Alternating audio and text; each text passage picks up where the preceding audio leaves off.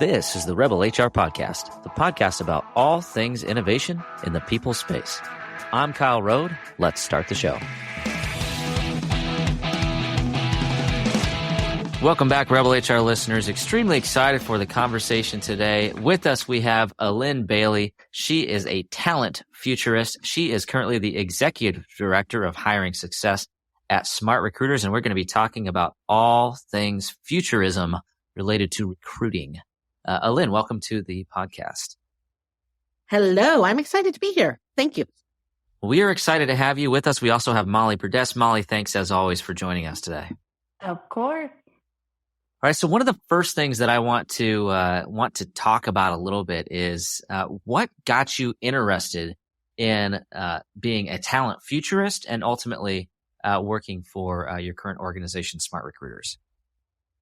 Absolutely. That's a great question. I should probably ask myself that question more often. How did I end up where I am today? It's a long and winding trail, and I'm not going to give you the long story of it. But what I'll tell you is I really have been spending a majority of my career in doing various forms of experience design, right?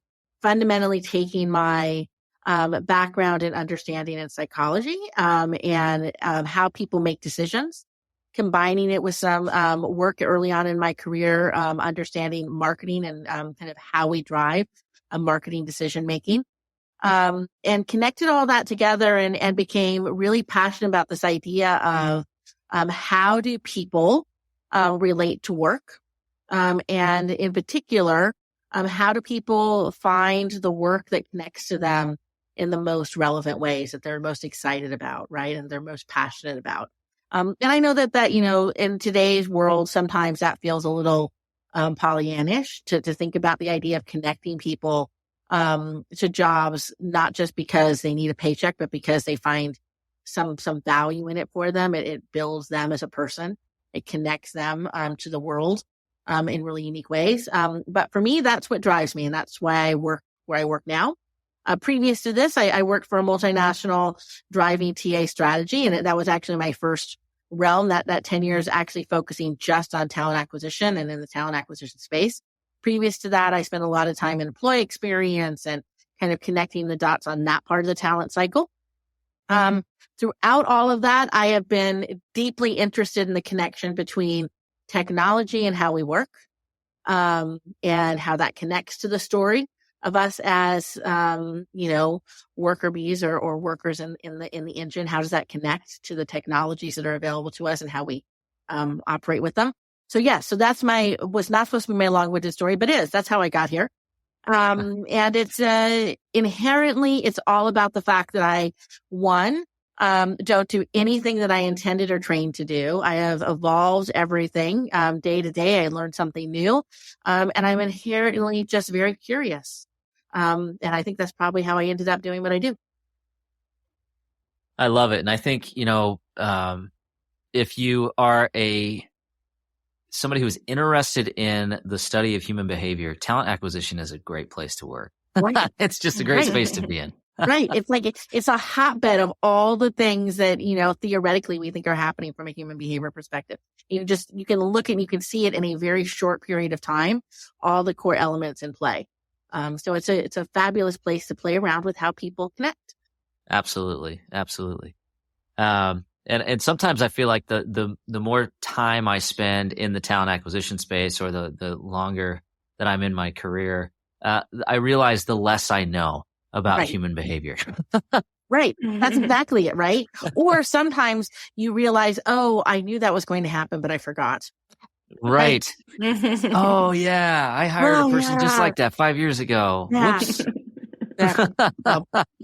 It happens. We're all human. But, what I want to really, pick your brain on a little bit is this aspect of technology and how this interplays into the future of talent acquisition and the work that we do in human resources. And so, there's a lot of news in the headlines about first of all, things like a recession coming, and, there's TA departments where there's layoffs happening.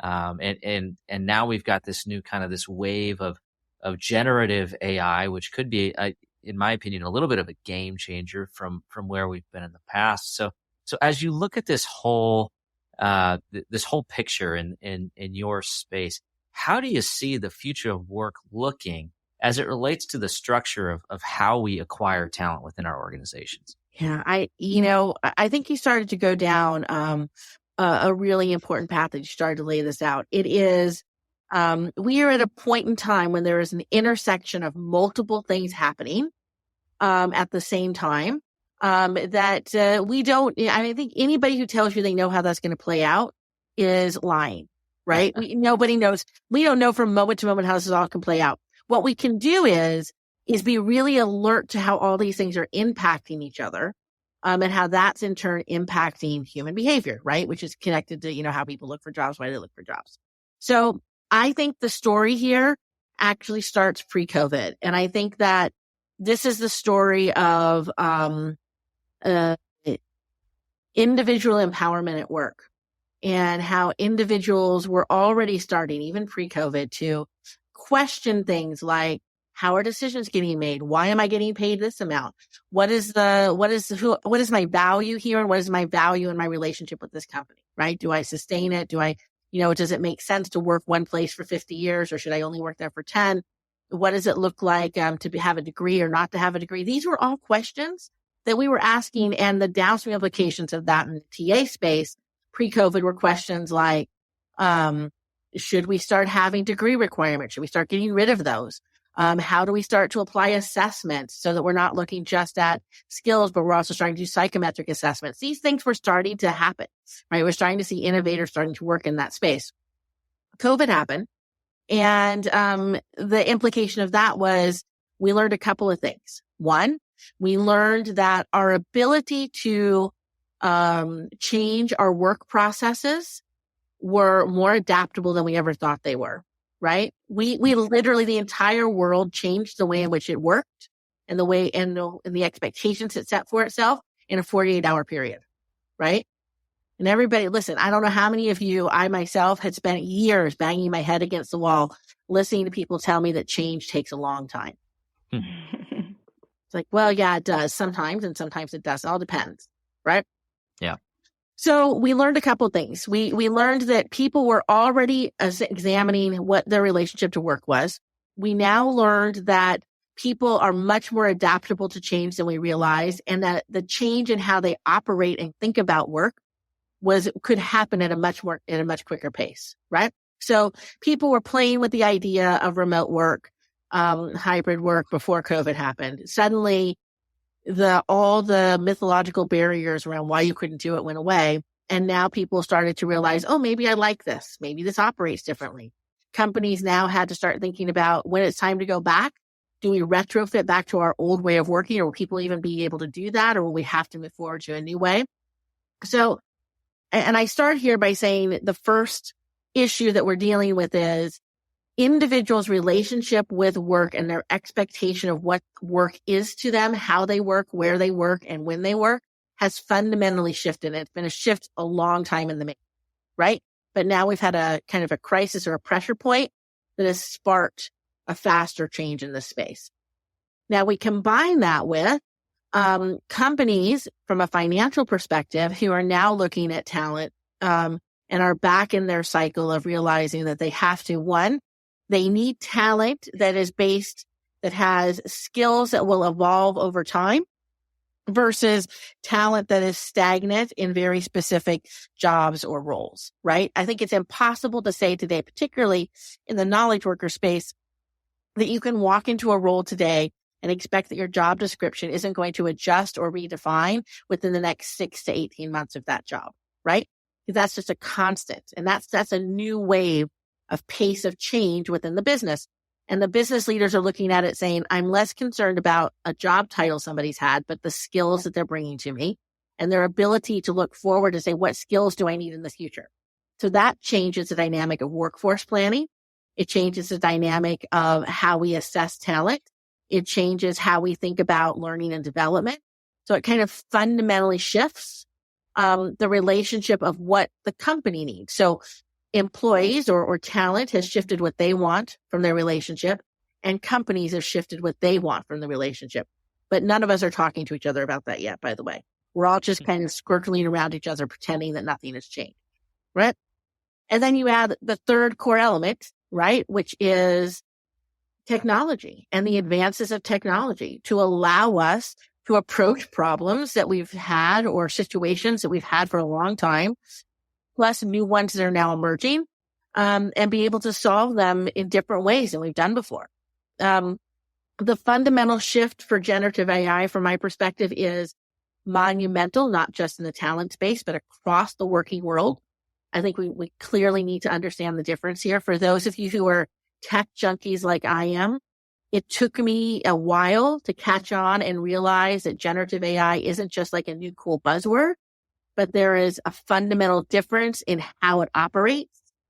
I was in the early days of doing natural language processing work, trying to bring a chatbot into an HR support organization, 15 years ago. And I remember going through the hassle of trying to train it, right? That was before we even knew how to do it at mass, right? With the things that we have out there today. And I left that experience saying, I'm never doing this again. This is the most ridiculous, worthless point of effort ever, right? That was also the time period where I looked at somebody I worked with who was really hot on QR codes and told them, nobody uses your darn QR code. Quit trying to tell me to put it on things, right?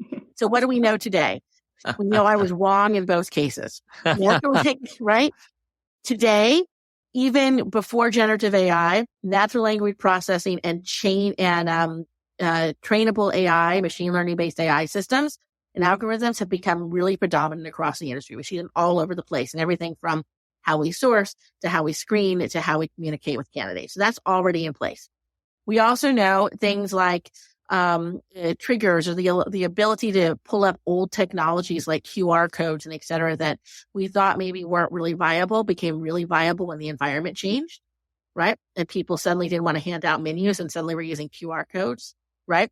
I mean, who knew I was going to have like 5 QR code readers on my phone, right? So those things started to change. Now you start looking at how we use that technology has changed. And then you bring in something like generative AI, which fundamentally can solve and do a lot of these things that we've been trying to do with algorithm, or that's not the right word for it, but non-generative AI, kind of AI that we had to train, right? But it can do it quicker, faster, and more effectively because what's the fundamental difference? It trains itself. So as somebody who was in the early days and had to train this thing, I can tell you that was a pain in the butt. And it was filled with bias. I would have told people up and down that using AI to do things like screen candidates or to make selection choices was a bad idea because it was always fundamentally flawed because it required humans to train it, and humans are fundamentally biased, right? So it only became more biased, not less. We knew that. We saw that with the early versions, what came out with Amazon and others years ago. Generative AI is fundamentally different. Humans do not need to train it. What we have done is scientists have actually built ways for it to learn and to build mechanisms to train itself. What does that mean? It means that it starts to walk around or work around some of the concerns around bias that we had. Its ability to learn or to be able to adapt to different types of tasks that we ask it to do is 10 times, 50 times faster than what we've seen before. And its applicability in different spaces becomes pretty big, right? The impact to us as a talent world is a couple things, right? One, we're now at that precipice where we get to make that decision. Are we going to do what we did when ATSs first came out and just take paper advertising and put it onto an ATS system, right? Put it into technology and just use our old process and move it forward? Or are we now going to look at the technologies and the advancements in front of us, the changes in the dynamic between what businesses need and what talent is looking for, and actually use this as an opportunity to change not just the technologies we use, but our overall process and solve some of those bigger problems we've had? I think that's the moment we're in. We'll be back after a quick break. And so used to having everything in front of them right away that we forget that innovation just takes time. I myself, I get frustrated too. Why? And you know, this is being one of my best friends is, Hey, I talk to you all the time. Hey, man, I'm frustrated in the fact that I can't seem to just get there in the next day. But that's just not how these things work, right? Innovation needs to be planned out. It needs to be very methodical. And then when it finally hits, that's when it seems like to everyone else that it sort of just came out of nowhere. But to you, you know the amount of dedication that it took over that time.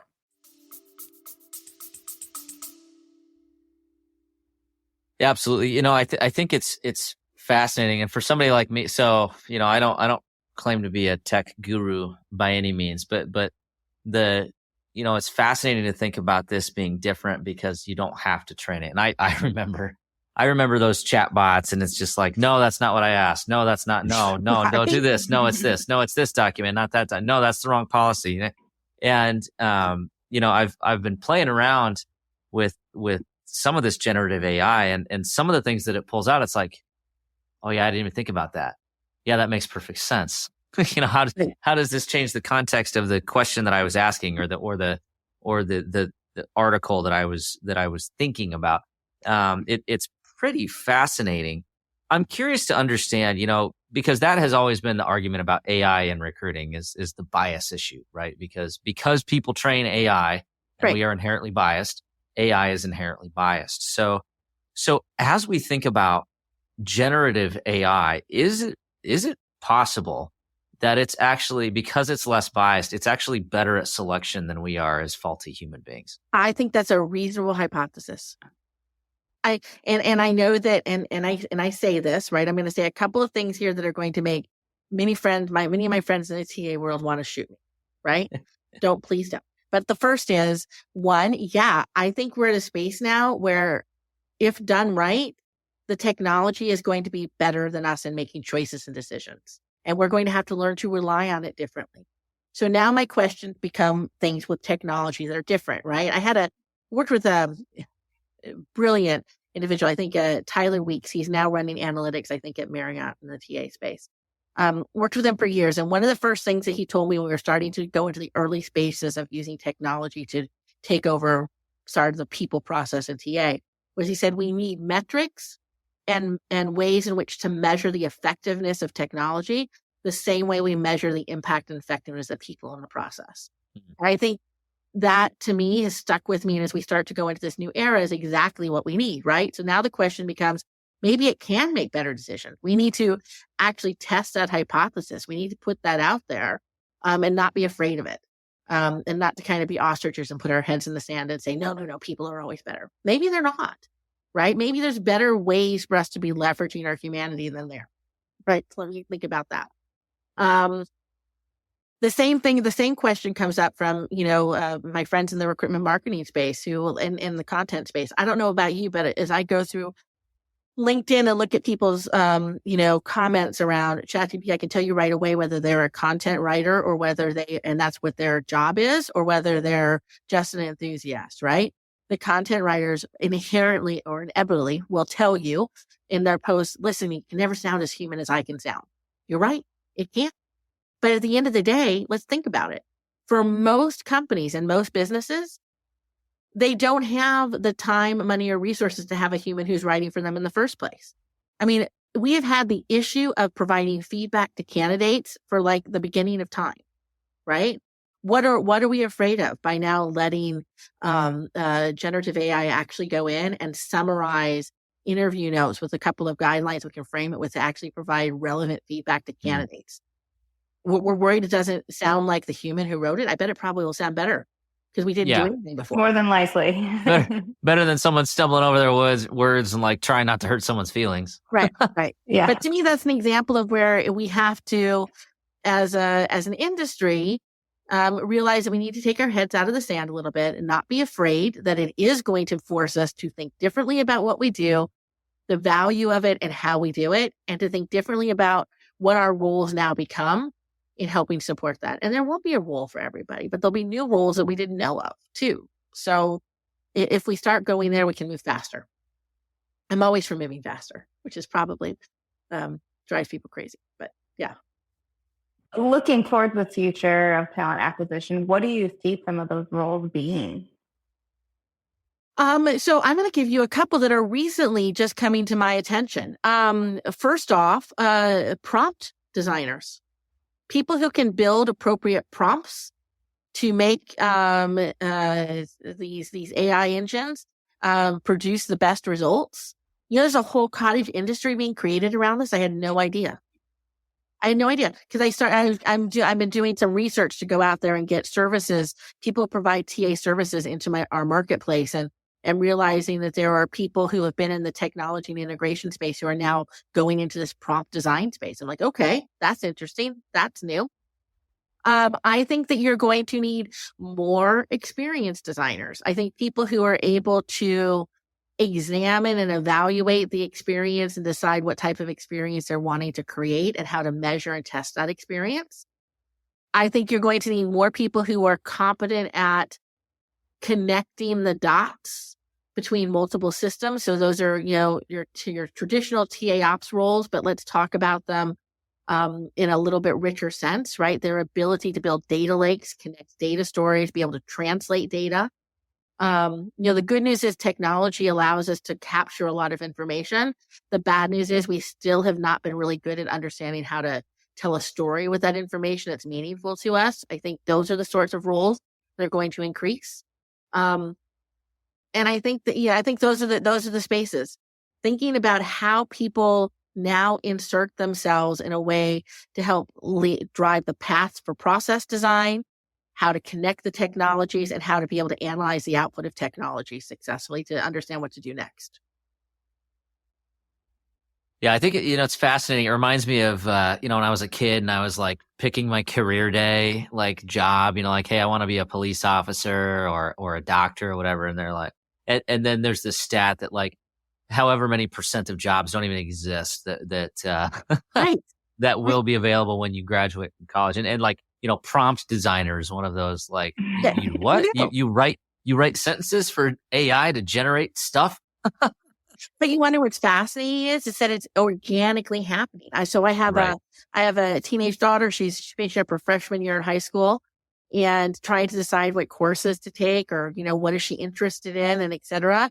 And I'll tell you, it's hard for me as an adult to have a conversation now that says, this is where the leading edge is. This is where you should be thinking about moving your careers and your interests towards. And you start thinking about diving in and what should your college major be. I don't think we have any. I think it used to be we didn't kind of know, but there was a few basic areas.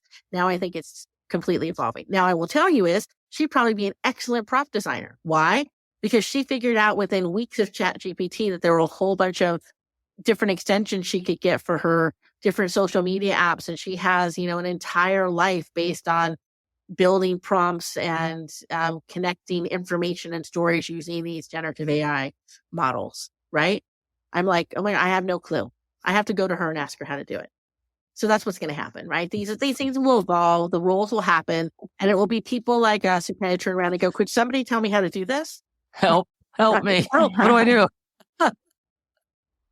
That's a good point. Yeah, I'm gonna have to think about that as I think about my HR org structure, future state. Like, who's my generative AI prompts designer?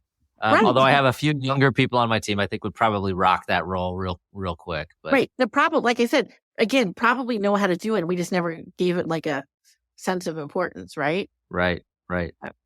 All right, Rebel HR community, I'm extremely excited to talk about one of my favorite events of the year. It is that time of the year for the Iowa SHRM State Conference.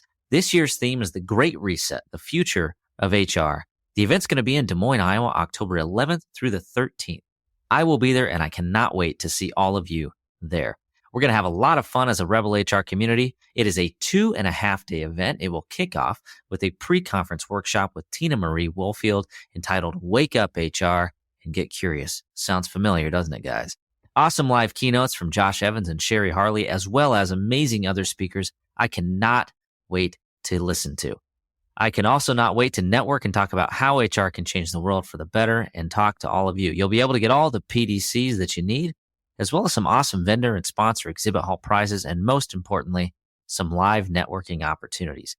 To learn more, go to www.iastateshRMconference.org. That's www.iastateshRMconference.org. shrmconference.org. See you there, community. Rebel on. Going back to what you talked about, the people who are the content creators, who are, professional editors, copywriters, and have done a wonderful job over the course of their career. Now being concerned about, this generative AI coming into the space and really kind of changing the structure of organizational and societal communication. I do also wonder if it's just part of this is, grammar and some of the things that we used to care a lot about. It doesn't seem to be as important anymore. It's more about delivering the content in an efficient and effective way, as opposed to delivering it in an elegant or a flowery way. I wonder if that's what we're going to continue to see in the space. I love where you're going with that. So that's a great example of where we can start to see what's happening just societally and start to see it translate into the world of work, right? So how do people communicate? How has it shifted, right? I remember it used to be on the phone, right? So then it was about I was taught how to answer the phone as a kid by answering it with my, this is the so-and-so resident, so-and-so speaking, right? Can you imagine answering the phone like that today? Now I say that and most people go, I can't imagine answering the phone. Who calls, right? And then we moved into emails, and emails were these, very crafted. We had to be really careful about how we constructed them. And then people started using text messages, and now they're using things like Teams and Slack, and it's like a ongoing constant communication that's half built by emoji, right? Our whole version of how we communicate to each other has shifted, which means what we need in order to communicate to others has to shift too. So great content creators. I love to read. I spend a lot of time adapting and looking at literature. I think it's important. I think it's important for our culture. I love great writing. I like to write myself. I consider myself a writer. But I understand in the world of work, that may not be my value add anymore.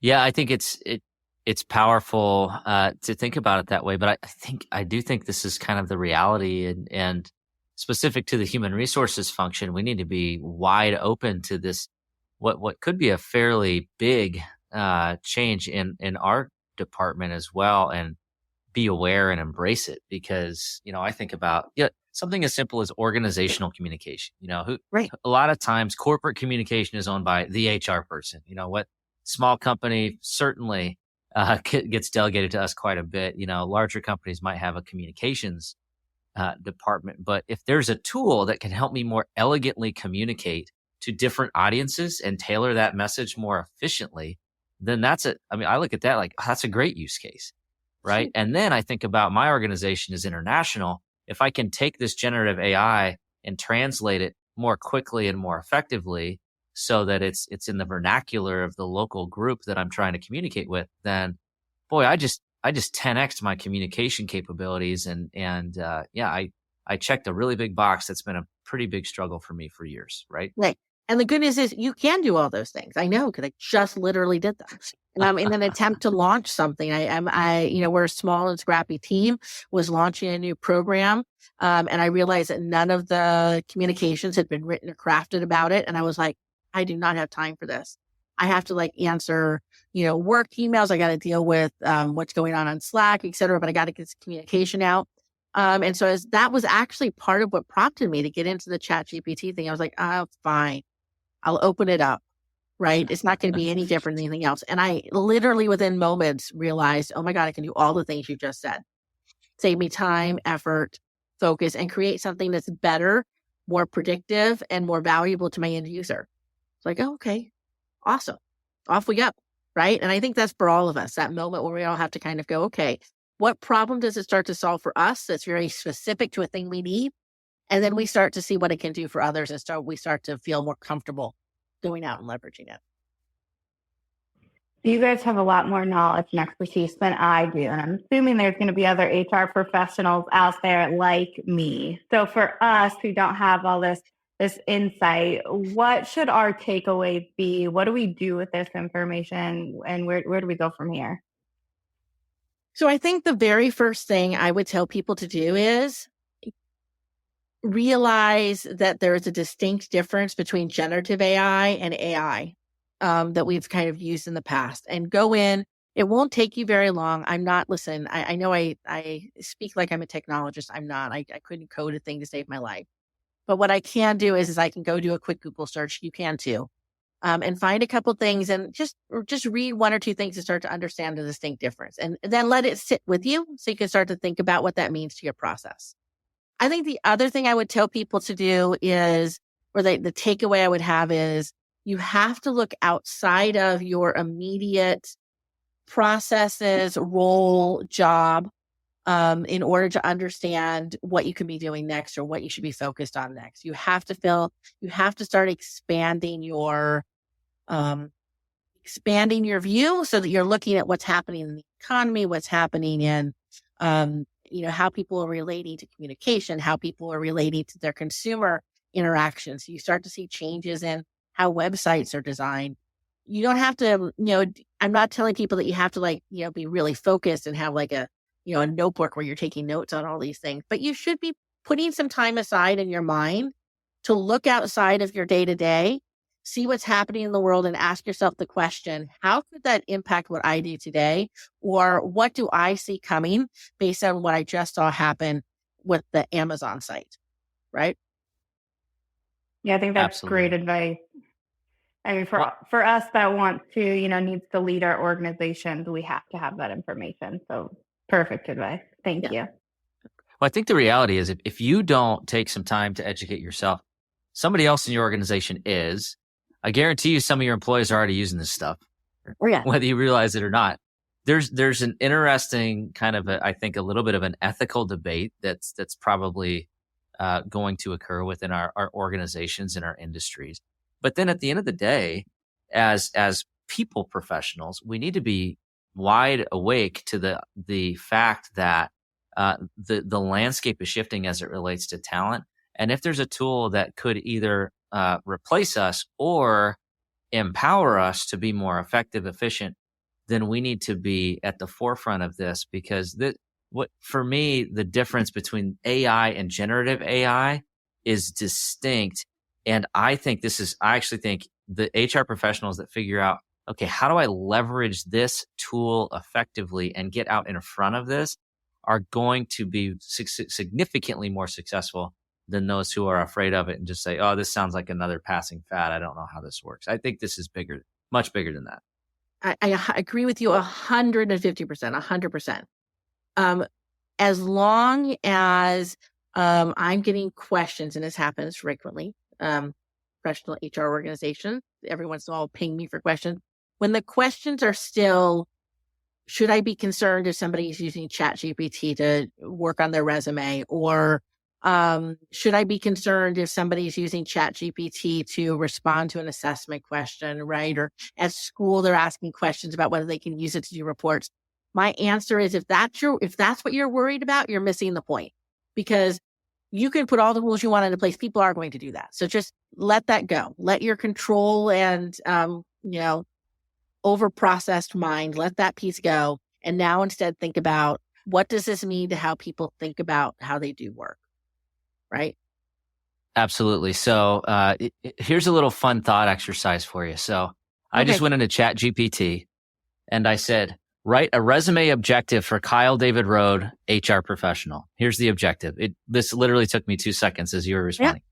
Highly motivated and experienced HR professional with a proven track record of success implementing strategic HR initiatives, optimizing talent, blah, blah, blah, blah, blah. I guarantee you, if somebody knows how to use ChatGPT, it is being used to write resumes right now. Just accept it. It's happening. I feel like I've read that before. All the power to them. In fact, I would love it if somebody would put on the top said written by ChatGPT, because in my mind, you should look at that and go, hot damn, this person knows what's happening and knows how to use this tool, and they might know how to write prompts, and I'm going to need a prompt writer soon. So, I optimized and maximized my time efficiency by utilizing ChatGPT to write the resume you have in front of you. That's right. Exactly. All details are accurate. That's right. Right? Smarter, not harder. That's exactly it, right? Because what are businesses always saying? That they want to get productivity out of everybody? right? Mhm. Yeah. Let's, Yeah. get there. So, It's not, it's something to embrace, in my opinion. Now, I do think that, in the talent acquisition space specifically, it is going to become a little bit of an ethical discussion and an ethical dilemma. I do think there's a little bit of an identity crisis that might be occurring for a talent acquisition professional that has cultivated their craft for yeah. decades, and now they're being challenged by generative AI. And so I'll be fascinated to see how this continues to evolve in that space. And I guarantee you, there's probably going to be more and more and more tools that come to the forefront based around this principle. So fascinated to see what happens. Yeah, agreed. And we'll see if we use QR codes in another 5 years. Oh, yeah, I don't know. I'm telling you, right? That's my big aha, the what I missed. I don't wouldn't have think got you're that one either. alone. No. Yeah, I still the first time I saw one on a restaurant, I was like, oh, QR codes. That's like vintage. That's so like And now they're- 1990 something, right? Or like early 2000s. Like, really? Okay. Yeah. Right. I was like, oh yeah, I forgot about those. And now they're everywhere. No, they're everywhere. So, But this has been an absolutely wonderful conversation. I think, really a poignant topic. It's something that I think it's a good challenge for all of us to be aware of and get knowledgeable about.